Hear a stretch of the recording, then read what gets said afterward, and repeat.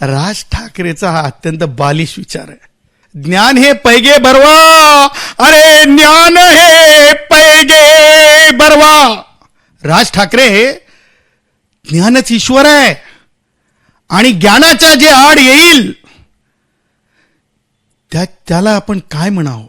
तर राज ठाकरे, तुमच्या अकाउंट मधले पैसे तुम्ही मोजत नाहीयेत. आम्ही टन टोल रे बाबा, टन टोल. राज्य शासनाकडून एक नवा निर्णय आलेला आहे, तो म्हणजे की आता पहिलीपासूनच जे ती हिंदी भाषा जे ते शिकवण्यास विद्यार्थ्यांना सुरुवात करणार आहे. या निर्णयाचं खरं तर ॲडव्होकेट गुणरत्न सदावर्ती यांच्या संघटनेकडून स्वागत करून त्यांना राज्य सरकारला एक अभिनंदनपर पत्र सुद्धा देण्यात आलेलं आहे. आपण थेट त्यांच्याशी बातचीत करणार आहोत की नेमकं तुमच्या पत्रात काय म्हटलंय, तुम्हाला का अभिनंदन करूशी वाटतं. विद्यार्थ्यांचा, बालकांचा, बाळगोपाळांचा सर्वांगीण विकास हे राज्य शासनाचं अधिकाधिक भाषा विद्यार्थ्यांना ज्ञानार्जन करायला मिळाव्यात आणि देशहिताचं आहे.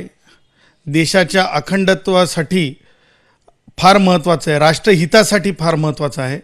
आणि ह्या निर्णयाचं स्वागत आणि राज्य शासनाचं अभिनंदन, ह्या दोन्ही गोष्टी ज्या आहेत हिंदुस्तान मजदूर संघ आणि कष्टकरी जनसंघाच्या वतीनं आम्ही आज माननीय मुख्यमंत्री, दोन्ही उपमुख्यमंत्री यांना पत्र देऊन अभिनंदन केलेलं आहे आणि निर्णयाचं स्वागत केलं की 5वीपर्यंत हिंदी भाषेचं शिक्षण अनिवार्य करणे हे शासनाचा निर्णय हे खरोखर कौतुकास्पद आहे आणि मनुष्य मात्राच्या जीवनामध्ये एक अधिकची शासनाच्या वतीने उपलब्ध करून दिलेली संधी आहे. आणि खरोखर विद्यार्थ्यांच्या आयुष्यामध्ये वैश्विक जरी विद्यार्थी झाले तर तुम्हाला एशिया खंडामध्ये सगळ्यात जास्त जर कुठली भाषा बोलली जात असेल तर ती हिंदी बोलली जाते. मग तुम्ही गल्फमध्ये जा, मग तुम्ही दुबईसारख्या देशात जा, मल्टीकल्चरल हे असलेल्या सिटीजमध्ये, किंवा त्याही पुढं जाऊन तुम्हाला सांगतो की आज चायनामधल्या सारख्या देशामध्ये सुद्धा कुंचम म्हणजे तेलुगूमध्ये बोललं जाते, थोडी हिंदी बोलली जाते. देशामध्ये अनेक देश म्हणजे जे असं बोललं जातं आहे अनेक देशांसह भारतामध्ये अनेक राज्यात, जसं की तेलुगू जरी भाषिक राज्य असलं तरीसुद्धा आपण तेलंगणामध्ये हिंदी बोलताना पाहतो. हिंदी ही सगळ्यांना समजणारी भाषा आहे. केंद्र सरकारची जी म्हणजे याची भाषा आहे, कम्युनिकेशन लँग्वेज आहे, ती सुद्धा हिंदी आहे. अनेक राज्यांमध्ये सुद्धा हिंदी सार्वजनिकपणे सर्वजण बोलतात, समजतात आणि त्यामुळं ह्या भाषेला विद्यार्थ्यांच्या इतर भाषांच्या ज्ञानार्जनात ही भाषासुद्धा ज्ञानार्जनात मिळत आहे. हे अत्यंत अत्यंत अत्यंत आनंदी क्षण आहे विद्यार्थ्यांच्या आयुष्यासाठी. पालक म्हणून एक आनंद आहे आणि त्याचबरोबर राष्ट्रहितासाठी हे पुरजोर एक मोठी म्हणजे दिलेली राज्य शासनाने स्वतःच्या याच्यावर निर्णयावर एक संधी आहे असं मी मानतो. त्याचबरोबर प्रश्न आहे माझा की तुम्ही एकीकडे म्हणतात की ही नवी संधी आहे, हे चांगला निर्णय आहे, पण दुसरीकडे राज ठाकरे याला त्यांनी असं नमूद केलं की मी स्वच्छंद शब्दात सांगतो की महाराष्ट्र नवनिर्माण सेना हे मान्य करणार नाही. या राज ठाकरेंच्या भूमिकेकडे तुम्ही कसं बघतात, कारण की नेहमी मराठीच्या मुद्द्यावर राज ठाकरेंकडून टिप्पणी मुद्दे उपस्थित मनसेकडून केले जातात. राज ठाकरे जर विद्यार्थ्यांच्या आयुष्यात राज ठाकरेला हिंदीत उत्तर देतो, ऐकावं लागल, कारण ह्या देशामध्ये डेमोक्रेसी है. राज ठाकरे को मैं ये कहना चाहता हूं, महाराष्ट्र के जो छात्र है 5वीं कक्षा तक राज शासन बच्चों को हिंदी भाषा पढ़ने की, सीखने की उपलब्धि करा के दे रहे हैं. इसके बीच में आने की राज ठाकरे या उसके पार्टी ने धमकाना कोशिश करना, इस बात की हम पुरजोर निंदा करते हैं और राज ठाकरे को यह बताते हैं कि राज ठाकरे के पार्टियों जैसे पार्टियां बहुत से रजिस्टर्ड है और गलियारियों में भी रजिस्टर्ड है. गलियों में पार्टी होना अपमानजनक नहीं है. बहुत सी पार्टियां हैं जो गली गली में बनी है. इसका मतलब यह नहीं कि छात्रों के प्रगति के बीच आ पाए. हमारा ये कहना और मानना है और सुनिश्चित है, ये साइंटिफिक सुनिश्चित है कि बालकों को जो है उम्र 15 तक अधिक से अधिक भाषाओं का ज्ञान हो सकता है। ये चाइल्ड साइकोलॉजिस्ट ने प्रूव किया है। जब ये बात सिद्ध है तो क्या राज ठाकरे अपने जेब से पैसा दे रहे हैं क्या छात्रों को पढ़ाने के लिए? किसे रोकने की कोशिश कर रहे हो? ये छात्र भारत के संविधान के शक्ति के साथ स्कूल में जाते हैं। राज ठाकरे के जो धमकी दी है गुंडागर्दी की, इस गुंडागर्दी को डर के छात्र नहीं जाते हैं। ये जो राज्य है महाराष्ट्र, यहां पे छत्रपति शिवाजी महाराज को, यूपी हो, बिहार हो, झारखंड हो, छत्तीसगढ़ हो, या कश्मीर कन्याकुमारी हो, या कर्नाटक हो, सब तरफ छत्रपति शिवाजी महाराज को अपने एक आदर्श के तौर पे देखा जाता है। और प्रभु श्री राम को उत्तर भारत में या यूपी में राम जन्मभूमि है बोल के ही नहीं, पर महाराष्ट्र में भी उसी तरह से पूजा जाता है। ये इस देश के अखंडता के लक्षण है।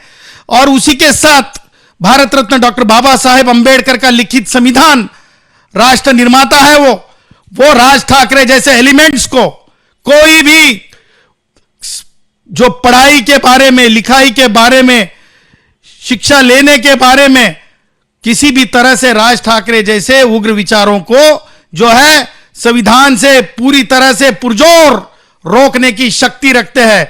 तो राज ठाकरे की हम निंदा करते हैं और राज ठाकरे को हम डेमोक्रेसी के साथ भी रोकेंगे। और राज ठाकरे में अब है कितना दम, राज ठाकरे में अब है कितना दम।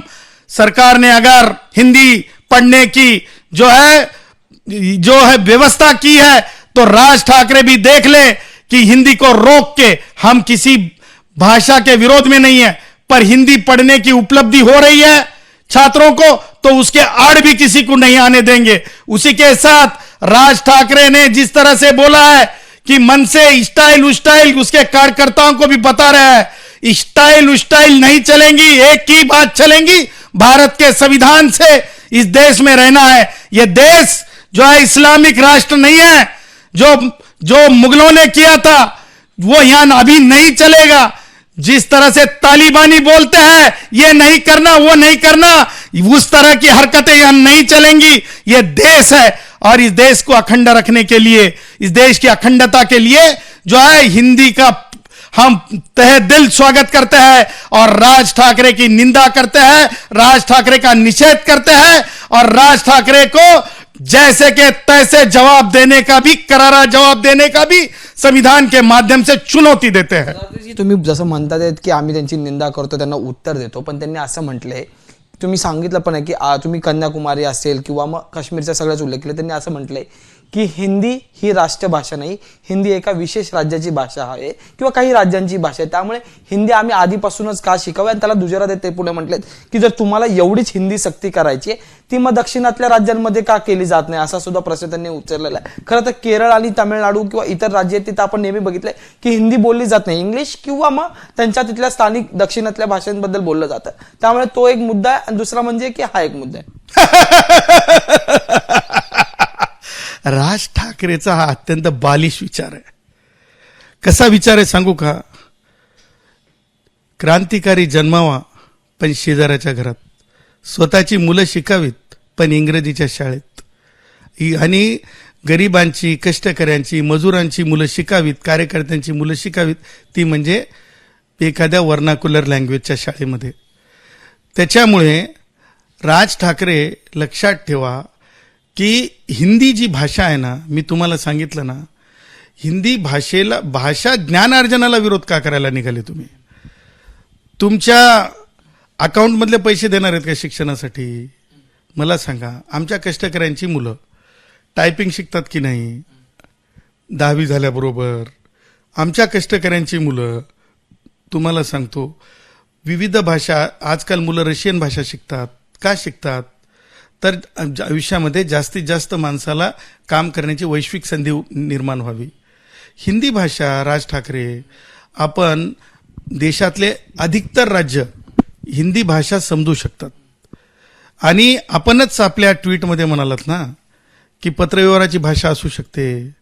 मग पत्रव्यवहाराची भाषा समजण्यासाठी ज्ञान लागते की नाही राज ठाकरे? की ज्ञान नसेल तर ती पत्रव्यवहाराची भाषा समजू शकेल का राज ठाकरे? आणि त्याच्यामुळं ज्ञानार्जनासाठी राज ठाकरेला आज मी एक मला ओळ आठवते ज्ञानेश्वरांची, ज्ञान हे पैगे भरवा, अरे ज्ञान हे पैगे भरवा. राज ठाकरे ज्ञानच ईश्वर आहे आणि ज्ञानाच्या जे आड येईल त्याला आपण काय म्हणावं? तो ज्ञानाचा शत्रू आहे. आणि राज ठाकरे मला सटकली वटकली म्हणायचं नाही, परंतु जो कोणी ज्ञानाच्या आड येईल, म्हणजेच भारतरत्न डॉक्टर बाबासाहेब आंबेडकर सांगतात, शिक्षण हे वाघणीचं दूध आहे आणि शिक्षणाच्या आड जो येईल तो आमचा शत्रू असेल. त्या शत्रूला संविधानिक भाषेनं त्याचं डोकं टाळ्यावर आणण्याची जिम्मेदारी सुद्धा माझ्यासारख्या संविधानप्रेमी नागरिकावर आहे. अरे मुलं आज कोणत्या भाषा शिकण्यासाठी सर्टिफिकेट कोर्स, कोणत्या भाषा शिकण्यासाठी डिप्लोमा कोर्स करतात, कारण त्यांना माहीत असतंय की अमुक जॅपनीज शिकल्यामुळं काय फायदा आहे, रशियन शिकल्यामुळं काय फायदा आहे, त्या जो चायनीज शिकल्यामुळं काय फायदा आहे. ही भाषा जे आहेत ज्ञानार्जन केल्यामुळं माणसाला वैश्विक स्वरूप प्राप्त होते. ह्या सगळ्या गोष्टी सोडून आपल्या राजकीय, मला म्हणायचं नाही दुकानदारीसाठी, हे प्रपंच ज्ञानार्जनामध्ये आड येणार. अरे कोणाच्या बाच्या घरचे पैसे मागतात का? अरे भारतरत्न डॉक्टर बाबासाहेब आंबेडकरांची जयंती नुकतीच झाली आणि त्या जयंतीच्या निमित्तानं त्यानंतर जर एक भाषा अधिकची शिकण्याची संधी प्राप्त होत असेल तर राज ठाकरे तुमच्या अकाउंट मधले पैसे तुम्ही मोजत नाहीयेत. आम्ही टन टोल रे बाबा, टन टोल, किंवा एल्फिस्टन ब्रिज रे बाबा, एल्फिस्टन ब्रिज आम्ही म्हणत नाहीयेत. अरे सरकार आमचं आहे, विद्यार्थ्यांचं आहे, फुले शाहू आंबेडकरांच्या विचारांचं आहे. त्याचबरोबर तुम्हाला सांगतो, एक गोष्ट लक्षात ठेवली पाहिजे, सरकार विद्यार्थी विरोधी असू शकत नाही, सरकार ज्ञानार्जनाच्या विरोधी नाही आहे. त्यामुळं मला असं वाटतंय की राज ठाकरेंना कमीत कमी ज्ञानेश्वरांची जी विचार आहे, ज्ञान हे पैगे भरवा, ज्ञानच ईश्वर आहे, हे तरी राज ठाकरेला मी सुनावल्याच्या नंतर राज ठाकरेचं टाळ ठिकाणावर येईल. अगदी महत्वाची ओळ आहे त्याच्यामध्ये की आम्ही हिंदू आहोत, आम्ही हिंदी नाही. त्यामुळे हिंदीचा मुलायमा जर आमच्यावर लादाल तर महाराष्ट्रात संघर्ष आटळे. ह्या विधानाकडे तुम्ही कसं बघतात? एक ते हिंदू आहे अशी त्यांनी भूमिका मांडली आणि त्याच्यानंतर संघर्ष आम्ही यासाठी करू आणि संघर्ष होईल असं सुद्धा म्हणतात. मला असं वाटतं राज ठाकरेंना हिंदू या शब्दाचं डेफिनेशन आणि हिंदू या शब्दाचं लिटरेचर हे सुद्धा आता राज ठाकरेंनी पुन्हा एकदा वाचन करण्याची आवश्यकता आहे. कारण लक्षात ठेवा, आम्हाला कुणाला की नाही सार्वजनिकपणे अपमानित करण्याचा विचार नाही आहे, परंतु मला सांगा, प्रभू श्रीराम ही जी अयोध्या आहे आपली, सगळ्यांचं श्रद्धास्थान, ती कुठं आहे? उत्तर भारतामध्ये. म्हणजे एका भाषिक प्रभू श्रीराम झाले का? हा वैश्विक स्वरूप आहे ना. आज सगळीकडं विश्वामध्ये प्रभू श्रीरामांचं लोक हे करतात की म्हणजे पूजापाठ किंवा एक श्रद्धाभाव ठेवतात. राज ठाकरे, मला एक सांगा, छत्रपती शिवाजी महाराज महाराष्ट्रात जरी त्यांनी मोठं, महाराष्ट्रात नाही देशातच त्यांचं काम आहे, मग देशामध्ये सार्वत्रिकदृष्ट्या आता दिल्लीमध्ये स्मारक महाराष्ट्र शासन करत आहे. मग म्हणजे छत्रपती शिवाजी महाराज फक्त मराठी भाषिकांचे आहेत का? नाही, देशाचे आहेत, काश्मीर ते कन्याकुमारी पर्यंत आहेत. त्याच्यामुळं राज ठाकरेचे बालिश विचारांना मला वाटतं ह्यापुढे आता रिॲक्शन द्यावी की नाही हे सुद्धा विचार करावा लागेल. या सरकारवर ताशेरे मारताना राज ठाकरे असे म्हटलेत की आगामी काळात होणाऱ्या निवडणुका ह्या मराठी विरुद्ध मराठी विरोधकांमध्ये लढवायची तयारी, म्हणजे जे मराठी भाषिक नाहीत त्यांच्यात आणि मराठी भाषिकांमध्ये लढवण्याची तयारी आहे आणि त्यासाठी मतांची गतबांधणी करण्यासाठी हा प्रयत्न जो तो केला जातोय. याच्याकडे कसं बघतात? बघा, राज ठाकरेनं बँकांमध्ये हिंदीची गोष्ट केली होती. राज ठाकरे ने इसी तरह से जब भी बर्ताव किया, राज ठाकरे ने खुद ही अपने लेटर में क्या लिखा उस समय भी, जैसे हमारे उदय जी, राज की बात बताओ उदय जी, हमने गाना बोला, तुरंत लेटर लिख दिया राज ठाकरे ने. क्या लिखा था लेटर के अंदर कि लोग ही उनको, उसका मतलब यही था कि लोग उनको साथ नहीं दे रहे थे.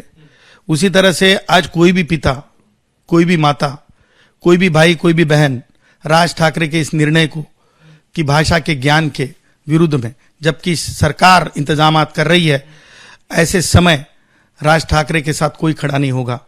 राज ठाकरे की इस भूमिका को भी राज ठाकरे को स्वयं ही लेटर लिख के बोलना पड़ेगा कि अभी वो इस आंदोलन को भी रोक दे रहे हैं, क्योंकि उनकी परंपरा रही है। देखो, आपने कह दिया एल्फिस्टन ब्रिज के बारे में, बोले कि पर्यायी रास्ता दो जब तक ब्रिज नहीं चालू होगा। आज जाके देखिए उनका कोई खड़ा है क्या? क्या बात है भैया। वो रात में हमारे प्यारे उप मुख्यमंत्री जी आपसे मिलने आए थे, आपने आपकी तरफ से कहा गया कि भोजन के लिए आए थे। भोजन के लिए आए तो आए होंगे जरूर, ये तो संस्कृति है मिलने जुलने की। क्या एल्फिस्टन ब्रिज की भी बात हुई है कुछ? कहने का मतलब यह है कि राज ठाकरे की ओर से जो कहा जाता है वो कभी किया नहीं जाता। क्या मतलब यह है कि अभी राज ठाकरे समझ जाए, यहां पे जो है हम वो लोगों में से नहीं है कि हमें ज्ञान नहीं, मुझे पता नहीं राज ठाकरे अखिल भारतीय मराठी साहित्य परिषद में कितने राजनीतिक रहे हैं, लेकिन हम राज ठाकरे जरा छत्रपति संभाजी नगर में न्यायमूर्ति चपलगांवकर थे, उनके संबंध में हम कहां तक पहुंचे थे, कितना बड़ा आंदोलन किए थे। जो दर्डा जी से पूछ लीजिए, संपादक हुए लोकमत के, और पूछ लीजिए चपलगांवकर जी के फैमिली मेंबर्स से कि हम अखिल भारतीय मराठी साहित्य परिषद में आज से नहीं है। हम जो है, हम जब छात्र थे, जब हम पढ़ते थे विश्वविद्यालय में, जब से हम इससे जुड़े हैं मराठी साहित्य परिषद में, हम उसी के साथ जो है पत्र परिषद में भी हम जुड़े हैं, समझे है ना। मुझे याद है कि बेड़िया जी और हमने पहला अखिल भारतीय पत्रकार संघ का जो प्रोग्राम लिया था बाल शास्त्री जांबेकर जी के इसमें कोंकण में, तो हम जुड़े हुए हैं, हम लिफ्ट कराए वाले नहीं हैं। हम खुद कुछ याद आ गया, कुछ बोल गए, उसमें से हम नहीं हैं। इसलिए राज ठाकरे जी ने यह समझना चाहिए कि इस देश को सांप्रदायिकता के नाम पे, भाषा के नाम पे कोई राजनीति नहीं हो सकती है। और राज ठाकरे फिर गलती कर गए हो तुम्हें जैसा बैंक में मराठी के ऊपर पलट के आना पड़ा, जैसे तुमको और इसके पहले के निर्णयों पर पलट के आना पड़ा, उसी तरह से कोई माता पिता बहन भाई आपके निर्णय से, मराठी हो या हिंदी हो या गुजराती हो या हो तेलुगु, कोई भी आपके मत से सहमत नहीं रहेगा। यह हम डंके की चोट पे तुम्हें बता रहे हैं।